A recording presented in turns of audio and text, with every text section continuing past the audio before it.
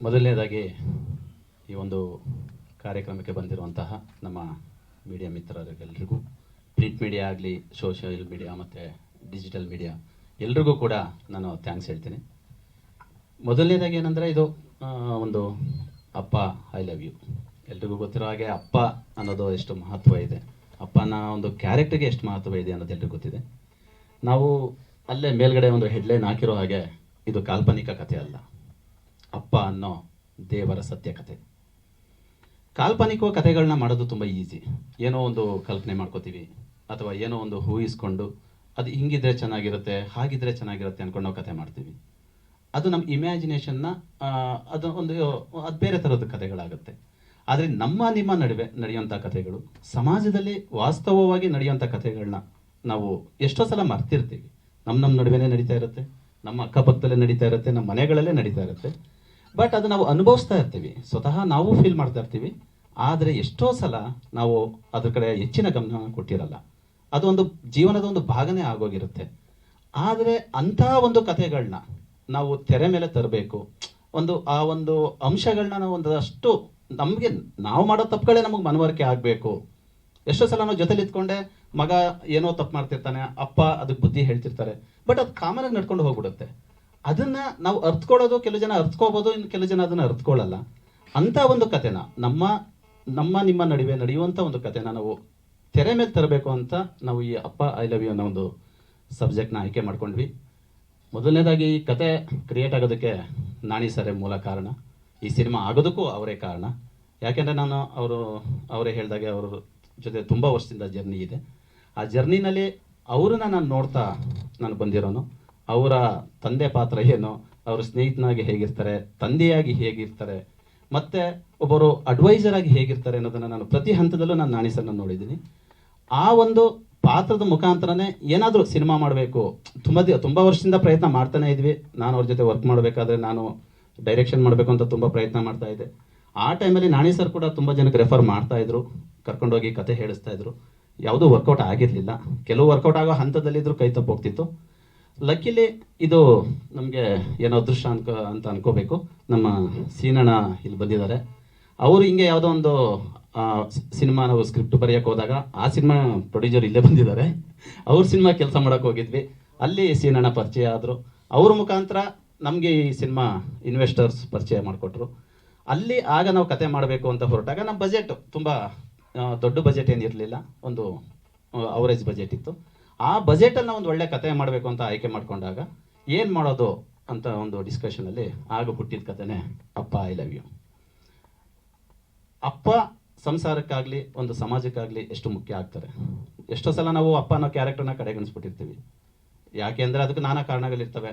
ಅಪ್ಪ ಬೈತಾರೆ ಅಂತಾಗಲಿ, ಅಪ್ಪ ಎಷ್ಟೋ ಸಲ ನಮಗೆ ಅಪ್ಪ ತುಂಬ ಪ್ರೀತಿ ತೋರಿಸೋದು ನಮಗೆ ಹಿಂಸೆ ಅಂತ ಅನ್ನಿಸ್ತಾ ಇರುತ್ತೆ. ಯಾವಾಗ ಆ ವಯಸ್ಸಲ್ಲಿ. ಅದೇ ನಾವು ಅಪ್ಪ ಆದಾಗ ಅದ್ರ ಮಹತ್ವ ಏನು ಅನ್ನೋದು ನಮ್ಗೆ ಗೊತ್ತಾಗುತ್ತೆ. ಯಾಕೆ ನಮ್ಮಪ್ಪ ನಮ್ಮನ್ನು ಬೈತಿದ್ರು, ಯಾಕೆ ನಮ್ಮ ಮೇಲೆ ಅಷ್ಟು ಪ್ರೀತಿ ತೋರಿಸ್ತಿದ್ರು, ಯಾಕೆ ಗದರಿಸ್ತಿದ್ರು, ಯಾಕೆ ನಮ್ಮನ್ನು ಎಚ್ಚರಿಸ್ತಿದ್ರು, ಇವೆಲ್ಲ ಅಂಶಗಳು ನಾವು ಮಕ್ಕಳಾಗಿದ್ದಾಗ ಗೊತ್ತಾಗಲ್ಲ. ಅದೇ ನಾವು ಅಪ್ಪನ ಸ್ಥಾನಕ್ಕೆ ಬಂದಾಗ ನಮ್ಗೆ ಗೊತ್ತಾಗುತ್ತೆ. ಯಾಕೆ ಅಂದರೆ ನಾವು ನಮ್ಮ ಮಕ್ಳಿಗೆ ಅದನ್ನು ನಾವು ಇಂಪ್ಲಿಮೆಂಟ್ ಮಾಡ್ತಾ ಇರ್ತೀವಿ. ಹಾಗಾಗಿ ಆ ಒಂದು ಸ್ಥಾನಕ್ಕೆ ಬಂದಾಗ, ಅಪ್ಪನ ಸ್ಥಾನಕ್ಕೆ, ಅದ್ರ ಮಹತ್ವ ಏನು, ಅದ್ರ ವ್ಯಾಲ್ಯೂಸ್ ಏನು, ಜವಾಬ್ದಾರಿ ಏನು, ಇವನ್ನ ಪ್ರತಿಯೊಬ್ಬರು ನಾವು ಅರ್ಥಕೋಬೇಕು. ಅದ್ರ ಜೊತೆಗೆ ಅಪ್ಪ ಅನ್ನೋ ಒಂದು ಕ್ಯಾರೆಕ್ಟರ್ನ ನಾವು ಯಾವತ್ತೂ ಅವರ ಕೊನೆ ಉಸಿರಿರೋವರೆಗೂ, ನಮ್ಮ ಕೊನೆ ಉಸಿರಿರೋವರೆಗೂ ನಾವು ಅಪ್ಪ ಅನ್ನೋ ಕ್ಯಾರೆಕ್ಟರ್ನ ಕಳ್ಕೋಬಾರ್ದು. ಸನ್ನಿವೇಶಗಳು ಸಾವಿರ ಬರ್ಬೋದು. ನಾವು ಬ್ಯಾಚುಲರ್ ಆಗಿದ್ದಾಗ ಅದೊಂದು ಸನ್ನಿವೇಶ ಇರುತ್ತೆ, ಮದುವೆ ಆದಮೇಲೆ ಒಂದು ಸನ್ನಿವೇಶಗಳು ಕ್ರಿಯೇಟ್ ಆಗುತ್ತೆ, ಮನೆಗೆ ಪರಿಚಿತ ಇಲ್ಲದೇ ಇರೋಂಥ ಕ್ಯಾರೆಕ್ಟರ್ಗಳು ಬರುತ್ತೆ, ಅಲ್ಲೊಂದಷ್ಟು ಇನ್ಸಿಡೆಂಟ್ಗಳಾಗ್ಬೋದು. ಏನೇ ಸಮಾಜದಲ್ಲಿ ಅಥವಾ ಸಂಸಾರದಲ್ಲಿ ನಡೆದ್ರೂ ಕೂಡ ನಾವು ಅಪ್ಪ ಅಮ್ಮ ಈ ಎರಡು ಕ್ಯಾರೆಕ್ಟರ್ನ ಮಕ್ಕಳಾದವರು ಕೊನೆಯವರೆಗೂ, ಉಸಿರಿರೋವರೆಗೂ, ಅವರ ಉಸಿರಿರೋವರೆಗೂ ಚೆನ್ನಾಗಿ ನೋಡ್ಕೋಬೇಕು. ನಮ್ಮ ಉಸಿರಿರೋವರೆಗೂ ನಾವು ಚೆನ್ನಾಗಿ ಕಾಪಾಡ್ಕೋಬೇಕು ಅನ್ನೋದು ನಮ್ಮ ಈ ಅಪ್ಪ ಐ ಲವ್ ಯು ಸಿನಿಮಾದ ಮೇಯ್ನ್ ತಿರುಳು. ಸೊ ಹಾಗಾಗಿ ಈಗ ಇದೇ 12ನೇ ತಾರೀಕು ನಮ್ಮ ಸಿನಿಮಾ ರಿಲೀಸ್ ಆಗ್ತಿದೆ. ಈ ಸಿನಿಮಾಗಂತೂ ತುಂಬ ಜನ ನಮಗೆ ಸಪೋರ್ಟ್ ಮಾಡಿದ್ದಾರೆ. ಮೊದಲನೇದಾಗಿ ಹೇಳಿದಾಗೆ ಸೀನಣ್ಣ ಪ್ರೊಡ್ಯೂಸರ್ ಕೊಡಿಸಿದ್ರು. ನಾಣಿ ಸರ್ ನಮ್ಮ ಜೊತೆಗೆ ನಿಂತ್ಕೊಂಡು ಪ್ರತಿ ಹಂತದಲ್ಲೂ ನನಗೆ ತಿದ್ದಿ, ನಾನು ಅವ್ರ ಹತ್ರ ಬಂದಾಗ ನಾನು ಏನು ಕಲ್ತಿರಲಿಲ್ಲ. ಪ್ರತಿ ಹಂತದಲ್ಲೂ ನನಗೆ ಸಿನಿಮಾ ಏನು, ಬರವಣಿಗೆ ಏನು, ಮತ್ತು ಆ ಸಿನಿಮಾ ಕೆಲಸ ಏನು ಅನ್ನೋದನ್ನು ನನಗೆ ತಿದ್ದಿ ತೀಡಿ ಒಂದು ಒಳ್ಳೆ ಮಾರ್ಗದಲ್ಲಿ ನಾನು ಹೋಗೋ ಥರ ನನಗೆ ರೂಪಿಸ್ತವರು ನಾಣಿ ಸರ್. ಸೊ ಅವ್ರ ಜರ್ನಿನಲ್ಲಿ ನಾನು ಒಂದು ಅಷ್ಟೋ ಕೆಲಸ ಕಲ್ತ್ಕೊಂಡೆ, ಒಳ್ಳೆ ಸಂಸ್ಕಾರನ ಕಲ್ತ್ಕೊಂಡೆ. ಕೆಲಸ ಅನ್ನೋದಕ್ಕಿಂತ ಹೆಚ್ಚಾಗಿ ಒಳ್ಳೆ ಸಂಸ್ಕಾರನ ಅವ್ರ ಮುಖಾಂತರ ಕಲ್ತ್ಕೊಂಡೆ. ಅದಾದಮೇಲೆ ಇನ್ನು ಈ ಸಿನಿಮಾ ಮಾಡೋಕ್ಕಿಂತ ಹೊರಟಾಗ ನಮಗೆ ಒಂದು ಸಿನಿಮಾದ ತಂದೆ ಕ್ಯಾರೆಕ್ಟರ್ಗೇನೋ ನಾಣಿ ಸರ್ ಅಂತ ನಾವು ಫಿಕ್ಸ್ ಮಾಡ್ಕೊಂಡ್ವಿ. ಅದಾದಮೇಲೆ ಈ ಸಿನಿಮಾದಲ್ಲಿರುವಂತಹ ಇಡೀ ಸಿನಿಮಾದ ಒಟ್ಟು ಆಶಯವನ್ನು ಎತ್ತಿ ಹಿಡಿಯುವಂತಹ ಒಂದು ವ್ಯಾಲ್ಯೂಯಬಲ್ ಕ್ಯಾರೆಕ್ಟರ್ಸ್ ಬೇಕಿತ್ತು ನಮಗೆ. ಯಾಕೆಂದರೆ ನಾವು ಬಿಗಿನಿಂಗಿಂದ ಏನೇ ಕತೆ ಹೇಳ್ಕೊಂಡು ಹೋದ್ರೂ ಆ ಸಿನಿಮಾದ ವ್ಯಾಲ್ಯೂಸ್ನ ಲಾಸ್ಟಲ್ಲಿ ಅದು ಅಥವಾ ಆ ಕತೆ ಒಳಗಡೆ ಅದನ್ನು ಕ್ಯಾರಿ ಮಾಡುವಂಥ ಒಂದು ಇಂಪಾರ್ಟೆಂಟ್ ಕ್ಯಾರೆಕ್ಟರ್ಸ್ ಇತ್ತು.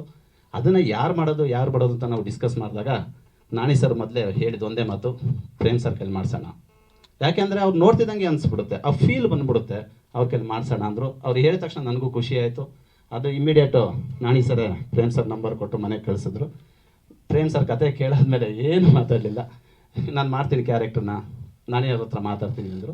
ಸರಿ ಅಂತ ಹೇಳಿದ್ಮೇಲೆ ಫಸ್ಟು ನಮಗೆ ಗೆಲುವು ಸಿಕ್ಕಿದೆ ಪ್ರೇಮ್ ಸರ್ ಆ ಪಾತ್ರನ ಒಪ್ಕೊಂಡಾಗ. ಅವ್ರ ಮುಖಾಂತರ ಮಾನ್ವಿತಾ ಮೇಡಮ್ನ ಪ್ರೇಮ್ ಸರೇ ಮಾತಾಡಿ ಹಿಂಗಿದೆ ಕ್ಯಾರೆಕ್ಟ್ರು, ಹಿಂಗಿದೆ ಚೆನ್ನಾಗಿದೆ ಅಂತ ಒಪ್ಪಿಸಿ ಅವರೇ ಅದಕ್ಕೆ ಮುಂದಾಳತ್ವ ವಹಿಸ್ಕೊಂಡ್ರು. ಇನ್ನು ಸಂಜಯ್ ಅವ್ರನ್ನೂ ಕೂಡ ಅವರೇ ಮುಂದಾಳತ್ವ ವಹಿಸ್ಕೊಂಡು ಅವ್ರು ಕೊಟ್ಟರು. ಇಡೀ ಓವರ್ ಆಲ್ ಸಿನಿಮಾಗೆ ಪ್ರೇಮ್ ಸರ್ ಮೇನ್ ಪಿಲ್ಲರ್ ಈ ಸಿನಿಮಾಗೆ. ಇವತ್ತಿನವರೆಗೂ ಅಟ್ ಪ್ರೆಸೆಂಟ್ ಧನಂಜಯ್ ಸರ್ ಇದು ಸಿಗೋವರೆಗೂ, ನಮಗೆ ಅವ್ರ ಬೈಟ್ ಸಿಗೋವರೆಗೂ, ಟ್ರೈಲರ್ ರಿಲೀಸ್ಗೆ ಅಭಿಷೇಕ್ ಅಂಬರೀಶ್ ಸರ್ ಕರ್ಕೊಬರೋವರೆಗೂ, ಮತ್ತು ಇನ್ನು ಪ್ರತಿ ಹಂತದಲ್ಲೂ ನಾವು ಏನು ಪ್ರಮೋಷನ್ ಮಾಡಬೇಕು ಅಂತ ನಾವು ಪ್ರಯತ್ನ ಮಾಡ್ತಾ ಇದ್ದೀವಿ. ಸಿನಿಮಾದಲ್ಲಿ ನಾವು ಶೂಟಿಂಗ್ ಮಾಡುವಾಗ ಏನೇನೋ ಒಂದು ಇದಿತ್ತು, ಎಲ್ಲ ಹಂತದಲ್ಲೂ ನಮಗೆ ಪ್ರೇಮ್ ಸರ್ ತುಂಬ ಸಪೋರ್ಟಿವ್ ಆಗಿ ನಿಂತಿದ್ದಾರೆ. ಇವತ್ತಿಗೂ ಕೂಡ ಅದನ್ನೇ ಹೇಳ್ತಾರೆ, ನಾಗೇಶ್ ನೀವು ಏನಾರು ಯಾವ ಟೈಮಲ್ಲಾರು ಏನಾರು ಕೇಳಿ ನಾನು ಹೆಲ್ಪ್ ಮಾಡ್ತೀನಿ, ಸಿನಿಮಾ ಚೆನ್ನಾಗಿ ಮಾಡಿದ್ದೀರಾ, ಚೆನ್ನಾಗಾಗಲಿ ಅಂತ ಅವ್ರ ವಿಶ್ವಾಸ ನಮಗೆ ಯಾವಾಗಲೂ ಇದೆ. Thank you Prem sir. ನಿಮ್ಮ ಈ ಒಂದು ಹೊಸ ತಂಡ, ನಾವೇನು ಪ್ರೂಡ್ ಅಲ್ಲ, ಹೊಸ ಸಿನಿಮಾ, ಫಸ್ಟ್ ಸಿನಿಮಾ, ಇಂಥ ಹೊಸ ಡೈರೆಕ್ಟರ್ಗಳೇ ನೀವು ಕೊಡ್ತಾರೋ ಸಹಕಾರ ನಿಜವಾಗ್ಲೂ ಖುಷಿ ಕೊಡುತ್ತೆ. ತುಂಬ thank you very much. Naani ಸರ್ಗೂ ತುಂಬ ಥ್ಯಾಂಕ್ ಯು. ನಾಣಿ ಸರ್ಗೆ ಥ್ಯಾಂಕ್ಸ್ ಹೇಳೋ ಅವಶ್ಯಕತೆ ಇಲ್ಲ, ಯಾಕೆಂದರೆ ಅವ್ರ ಜೊತೆಯಲ್ಲೇ ಇರೋದ್ರಿಂದ ಪ್ರತಿದಿನ ಅದನ್ನು ಹೇಳ್ತಾ ಇರ್ತೀವಿ. ಅದು ಹಾಗಾಗಿ ಇನ್ನು ಮಾನ್ವಿತಾ ಮೇಡಮ್ ಪಾತ್ರನ ಒಪ್ಕೊಂಡಿದ್ದಕ್ಕೆ ನಮಗೆ ಪಾಪ ಅವ್ರ ಬಗ್ಗೆ ಹೇಳ್ಬೇಕಾದ್ರೆ ಕಾಸ್ಟ್ಯೂಮ್ ಅವರೇ ತಂದುಬಿಟ್ರು, ನಿಮಗೆ ಅದು ನಾನೇ ಎಲ್ಲ ಅರೇಂಜ್ ಮಾಡ್ಕೊಬರ್ತೀನಿ ಅಂತ ಆ ರೇಂಜ್ಗೆ ಅವ್ರು ಸಪೋರ್ಟ್ ಮಾಡಿದ್ದಾರೆ. ಅವ್ರಿಗೂ ತುಂಬ ಥ್ಯಾಂಕ್ ಯು. ಇನ್ನು ಜೀವಿತ್ ಅವರು, ಸಂಜಯ್ ಅವ್ರನ್ನ ಯಾರು ಹೊಸಬ್ರು ಅಂತ ಸಿನಿಮಾದಲ್ಲಿ ಅಂದ್ಕೊಳಕ್ಕಾಗಲ್ಲ, ಅಷ್ಟು ಅದ್ಭುತವಾಗಿ ಇಬ್ಬರು ನಡೆಸಿದ್ದೀರಾ. ಈ ನಿಮ್ಮ ಸಹಕಾರಕ್ಕೆ ಥ್ಯಾಂಕ್ ಯು. ಮತ್ತು ಓವರಾಲ್ ನಮ್ಮ ಕ್ಯಾಮ್ರಾಮನ್ ನಾಗಾರ್ಜುನ್ ನಮ್ಮ ಇಡೀ ಸಿನಿಮಾಗೆ ಆ ಒಂದು ಒಳ್ಳೆಯ ಒಂದು ಫ್ರೇಮ್ನ ಕಟ್ಕೊಟ್ಟಿದ್ದಾರೆ. ಎಲ್ಲರೂ ಚೆನ್ನಾಗಿ ತೋರಿಸಿದ್ದಾರೆ. ಕೆಲಸ ಕೂಡ ನಮಗೆ ಅವರಿಂದನೇ ಒಂದು 90% ಕೆಲಸ ಕಮ್ಮಿ ಆಯಿತು. ಅವರು ನನ್ನ ಸ್ನೇಹಿತರಾಗಿರೋದ್ರಿಂದ ಅವ್ನ ಕೋಆರ್ಡಿನೇಷನ್ ಚೆನ್ನಾಗಿತ್ತು, ಸಿನಿಮಾ ಚೆನ್ನಾಗಿ ಬಂತು. ಅದಾದಮೇಲೆ ನಮ್ಮ ಎಡಿಟರ್ ಆಗಲಿ, ನಮ್ಮ ಆಕಾಶ್ ಪರ್ವ ಮ್ಯೂಸಿಕ್ ಮಾಡಿದ್ದಾರೆ, ಅವರು ಒಳ್ಳೊಳ್ಳೆ ಸಾಂಗ್ನ ಕೊಟ್ಟಿದ್ದಾರೆ. ಇನ್ನು ಕಿನ್ನಾಳ್ ಸರ್ ಇಲ್ಲಿ ಬಂದಿದ್ದಾರೆ, ಅವರು ಇದಾದಮೇಲೆ ಒಂದು 4 ಮಾತಾಡಬೇಕು. ಒಂದು ಒಳ್ಳೆ ಸಾಂಗ್ನ ಕೊಟ್ಟಿದ್ದಾರೆ, ತಂದೆ ಬಗ್ಗೆ ಅದ್ಭುತವಾದ ಒಂದು ಸಾಂಗ್ನ ಕೊಟ್ಟಿದ್ದಾರೆ ಅವರು. ಅದನ್ನು ವಿಜಯ್ ಪ್ರಕಾಶ್ ಸರ್ ಹಾಡಿದ್ದಾರೆ. ಮತ್ತು ಇನ್ನು ಉಳಿದ ಹಾಗೆ ಅರವಿಂದ್ ಸರ್, ಇನ್ನು ನಮ್ಮ ಬಾಲರಾಜ್ ಸರ್, ಎಲ್ಲರೂ. ಅರವಿಂದ್ ಸರ್ಗೆ ಪಾಪ ನಾನು ರಾತ್ರಿ 9 ಗಂಟೆಯಲ್ಲಿ ಫೋನ್ ಮಾಡಿದ್ದೀನಿ, ಸರ್ ನಾಳೆ ಕ್ಯಾರೆಕ್ಟರ್ ಇದೆ ಸರ್ ಬನ್ನಿ ಅಂತ. ಸದ್ಯ ನಮ್ಮ ಅದೃಷ್ಟ ಅವ್ರು ಸಿಕ್ಕಿದ್ರು. ಸೇಮ್ ನಮ್ಮ ವಿಜಯ್ ಚಂಡೂರವರು, ಅವ್ರಿಗೂ ರಾತ್ರಿ 9 ಗಂಟೆಯಲ್ಲಿ ಫೋನ್ ಮಾಡಿದ್ದೀನಿ, ಸರ್ ನಾಳೆ ಹಿಂಗೆ ಅರ್ಜೆಂಟು ಲೊಕೇಶನ್ ಫಿಕ್ಸ್ ಆಗೋಗಿದೆ, ಫ್ರೀ ಮಾಡ್ಕೊಂಡು ಬನ್ನಿ ಅಂತ. ನನ್ನ ಅದೃಷ್ಟಕ್ಕೆ ಅವರಿಬ್ಬರು ಅವತ್ತು ಫ್ರೀನೇ ಇದ್ದರು, ಸಿಕ್ಬಿಟ್ರು ನಮಗೆ. ಅವರು ಒಂದು ರೀತಿ ನಮಗೆ ಬೆಂಬಲ ಕೊಟ್ಟರು. ಎಲ್ಲ ಪ್ರತಿಯೊಬ್ಬ ಕಲಾವಿದರು, ತಂತ್ರಜ್ಞರು ಮತ್ತು ಇಡೀ ಹೋಲ್ ಟೀಮ್ ನಮ್ಗೆ ಸಪೋರ್ಟಿವ್ ಆಗಿ ನಿಂತಿದ್ದಾರೆ. ಆ ಒಂದು ಇದರಿಂದ ಪ್ರೊಡ್ಯೂಸರ್ KRS ಪ್ರೊಡಕ್ಷನ್ ನಮಗೆ ಪ್ರತಿ ಹಂತದಲ್ಲೂ ನಮ್ಗೆ ಎಲ್ಲೂ ತೊಂದರೆ ಕೊಡ್ದಂಗೆ ಇಲ್ಲಿವರೆಗೂ ಸಿನಿಮಾನ ತಗೊಬಂದಿದ್ದಾರೆ.